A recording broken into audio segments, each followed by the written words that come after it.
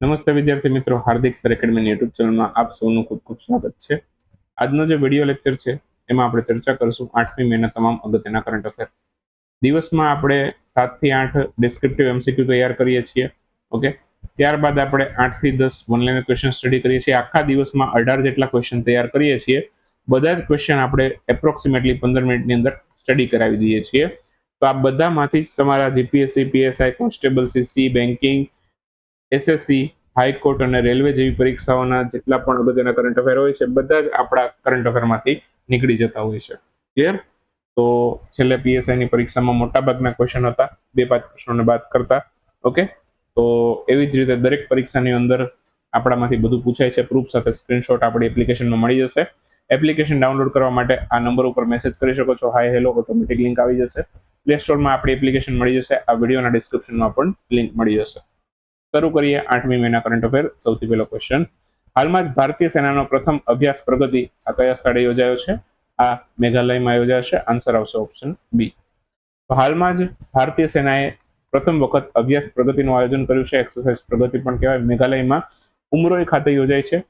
આ સૌથી પહેલું ભારતીય સેનાનું સંસ્કરણ છે જે 18 થી લઈ 31 મે સુધી યોજાશે.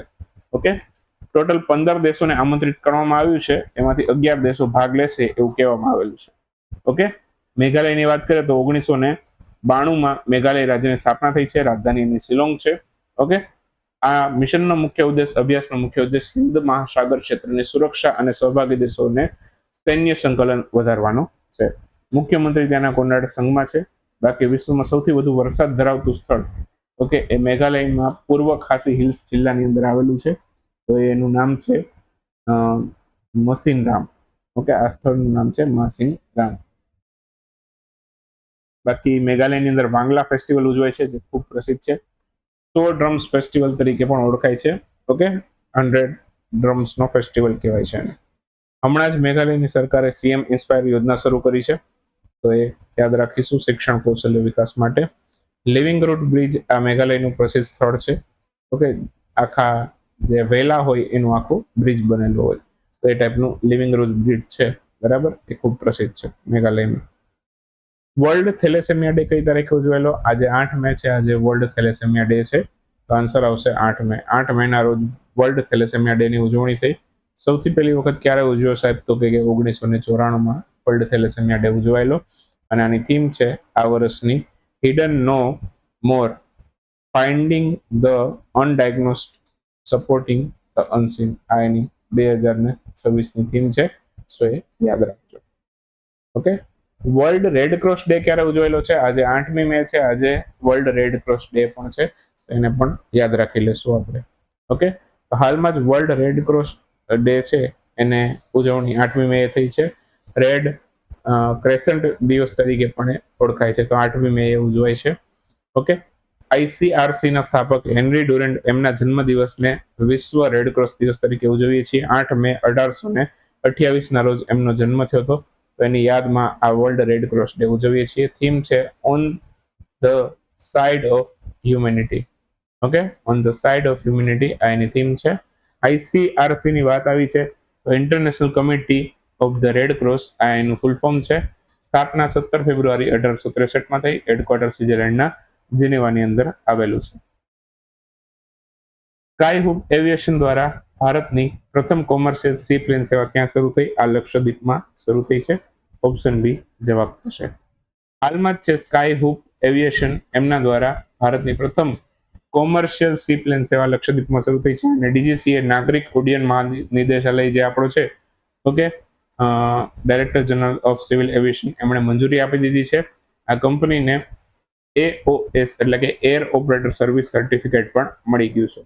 ઓકે, સી પ્લેન એક એવું વિમાન છે કે જે જમીનથી તેમજ પાણીથી ઉતરાણ અને ઉડાન કરી શકે છે. મતલબ કે કોઈ વિમાન છે, બરાબર, એ પાણીમાંથી પણ ઉડી શકે છે, જમીનમાંથી પણ ઉડી શકે છે. લેન્ડિંગ છે એ પોતાનું વોટરમાં પણ કરી શકે છે અને જમીનમાં પણ કરી શકે છે. તો એ ટાઈપની સેવા છે એ લક્ષદ્વીપમાં શરૂ થઈ છે. ભારતનો સૌથી નાનો કેન્દ્ર શાસિત પ્રદેશ છે લક્ષદ્વીપ. ઓકે, જે અરબી સમુદ્ર પાસે આવેલો છે. રાજધાની કવરત્તી છે એ પણ યાદ રાખજો. ઓકે, લક્ષદ્વીપ છે એના ટાપુઓથી પ્રસિદ્ધ છે, જેમાં અગાતી, કવરત્તી, મિનિકોય આવા બધા ટાપુ છે બરાબર એ પ્રવાસન માટે ખૂબ જાણીતા છે. ભૂગોળની દ્રષ્ટિએ જોઈએ ઓકે તો 8 ડિગ્રી ચેનલ છે ઓકે એ લક્ષદ્વીપનો મિનિકોય ટાપુ અને ત્યાંનો પાડોશી દેશ માલદીવ બંનેને અલગ કરે છે. ઓકે લક્ષદ્વીપના દક્ષિણતમ ટાપુ મિનિકોય અને બાકીના લક્ષદ્વીપના દ્વીપ સમૂહ એને 9 ડિગ્રી ચેનલથી અલગ પાડે છે. ઓકે તો એ પણ યાદ રાખજો. ઓકે પરિવહન માટે શિવગ્યાપુરમ છે લક્ષદ્વીપનું એક મહત્વનું મથક ગણવામાં આવે છે. ઓકે બાકી પ્રથમ સી પ્લેન સેવાનો પ્રારંભ છે ગુજરાતમાં સાબરમતી રિવરફ્રન્ટ ખાતે સ્ટેચ્યુ ઓફ યુનિટીમાંથી પાયલોટ પ્રોજેક્ટ બેઝ ખાતે કરવામાં આવ્યો હતો. એ પણ સ્કાયહૂક એવિએશને કર્યો હતો. ઓકે તો એ કોમર્શિયલ નહોતો, હવે કોમર્શિયલ થઈ ગયો છે. ઓકે તો સૌથી પહેલો પાયલોટ પ્રોજેક્ટ તરીકે ગુજરાતમાં સાબરમતી રિવરફ્રન્ટ પણ શરૂ થયો હતો. યાદ રાખવા માટે યાદ રાખજો. પંચાયતી રાજ મંત્રાલય એમણે પંચાયત ઉન્નતિ સૂચકાંક 2.0 લોન્ચ કર્યો છે. એમાં પ્રથમ ક્રમ પર કોને સ્થાન મળ્યું છે? તો પ્રથમ ક્રમ પર આમાં ત્રિપુરાને સ્થાન મળ્યું છે. ઓપ્શન સી જવાબ બનશે. હાલમાં જ છે પંચાયતી રાજ મંત્રાલયે પંચાયત ઉન્નતિ સૂચકાંક 2.0 શરૂ કર્યો છે. આ ત્રિપુરા છે એમાં એણે દેશમાં પ્રથમ સ્થાન પ્રાપ્ત કર્યું છે. સૌથી વધારે પંચાયતો આમાં આવી હોય ફ્રન્ટ રનરમાં તો ત્રિપુરાની આવી છે. તો ટોટલ 3 કેટેગરીમાં આખી રેન્કિંગ ડિવાઈડ કરી છે. અચીવર જેમાં કોઈ પણ પંચાયત નથી, ફ્રન્ટ રનર અગ્રણી જેમાં ઘણી બધી પંચાયતો છે. ઓકે 75 થી 90 નો સ્કોર છે એને આમાં સ્થાન મળ્યું છે. તો ઘણી બધી પંચાયતો છે આમાં અને પરફોર્મરમાં પણ ઘણી છે. 1 લાખથી વધારે પંચાયતો છે. ક્લિયર? અગ્રણીની વાત કરીએ તો 3635 પંચાયતો છે ટોટલ, એમાંથી 943 તો માત્ર ત્રિપુરાની છે. ઓકે બીજો ક્રમ તેલંગાણા છે, ત્રીજો ક્રમ આંધ્રપ્રદેશનો છે. ક્લિયર? બાકી પશ્ચિમ બંગાળની કોઈ પણ પંચાયત છે એનો આના અંદર સમાવેશ નથી કર્યો રેન્કિંગમાં. પંચાયતી રાજ દિવસ છે એ 24મી એપ્રિલે ઉજવીએ છીએ. પંચાયતની સાથે સંબંધિત બંધારણના અનુસૂચિ જોઈએ તો 73માં બંધારણ સુધારાથી અનુસૂચિ 11 ઉમેરાઈ હતી. ઓકે 1992માં થયો તો બંધારણીય સુધારો, પંચાયતી રાજ વ્યવસ્થા લાગુ થઈ હતી. 24 એપ્રિલ 1993 થી આ લાગુ પણ થઈ ગયું હતું. ઓકે ભારતના ભાગ બંધારણની અંદર છે ભાગ 9માં પંચાયતી રાજનો ઉલ્લેખ છે. અનુચ્છેદ નંબર 243 થી 243 ઓ સુધી વર્ણન કરેલું છે. ટોટલ 29 વિષયો છે જે અનુસૂચિ 11 ની અંદર સામેલ થયા છે. આ પંચાયતી રાજના ત્રિસ્તરીય પંચાયતી રાજની ભલામણ બલવંતરાય મહેતા સમિતિએ કરી હતી. એ પણ યાદ રાખજો, પ્રશ્ન ઘણી વાર પૂછાય છે. જીકે ની દ્રષ્ટિએ બધા પોઈન્ટ અગત્યના છે. પેસા એક્ટ ક્યારથી અમલમાં આવ્યો તો કે 1996 થી. ઓકે રાજસ્થાનના નાગોર જિલ્લામાં પંચાયત 2 ઓક્ટોબર 1959 ના રોજ સૌથી પહેલી વખત પંચાયતનું ઉદ્ઘાટન થયું હતું. સૌથી પહેલી પંચાયત ક્યાં શરૂ થઈ? રાજસ્થાનમાં શરૂ થઈ. ક્યારે? 2 ઓક્ટોબર 1959 ના રોજ. હાલમાં જ પ્રવાહ નામની એક પહેલ ચર્ચામાં હતી. આ કોની સાથે સંબંધિત છે? તો પ્રવાહ છે બરાબર એ ચર્ચામાં હતી. એ હાલમાં સેબી સાથે સંબંધિત છે. આન્સર આવશે SEBI. Security and exchange board of India, સેબીનું ફૂલ ફોર્મ થાય. પ્રવાહનું ફૂલ ફોર્મ થાય past risk return verification agency.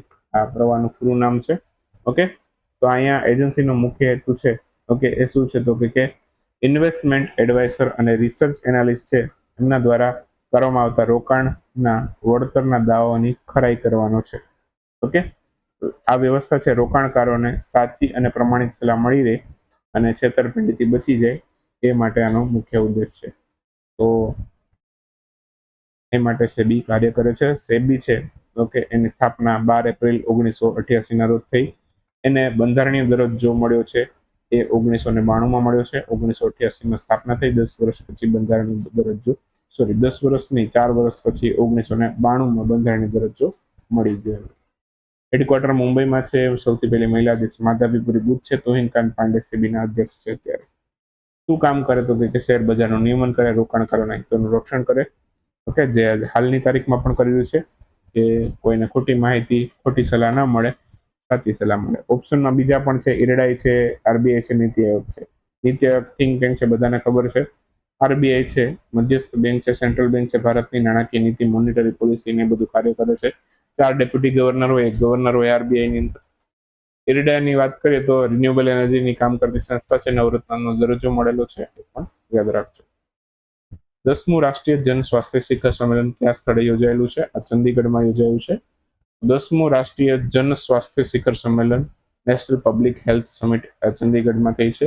30 થી 1 મે દરમિયાન 30 એપ્રિલથી 1 મે દરમિયાન આયોજન થયું હતું.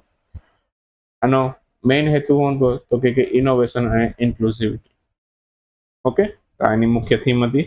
ઓકે, 9મું જે સંમેલન હતું આ તો 10માની વાત થઈ, 9મું હતું એ ઓડિશાના પુરીમાં થયું હતું. ઓકે, જેપી નડ્ડા છે આપણા સ્વાસ્થ્ય મંત્રી, એમણે આનું ઉદ્ઘાટન કર્યું હતું. ચંદીગઢની વાત કરીએ તો પંજાબ હરિયાણાની રાજધાની છે.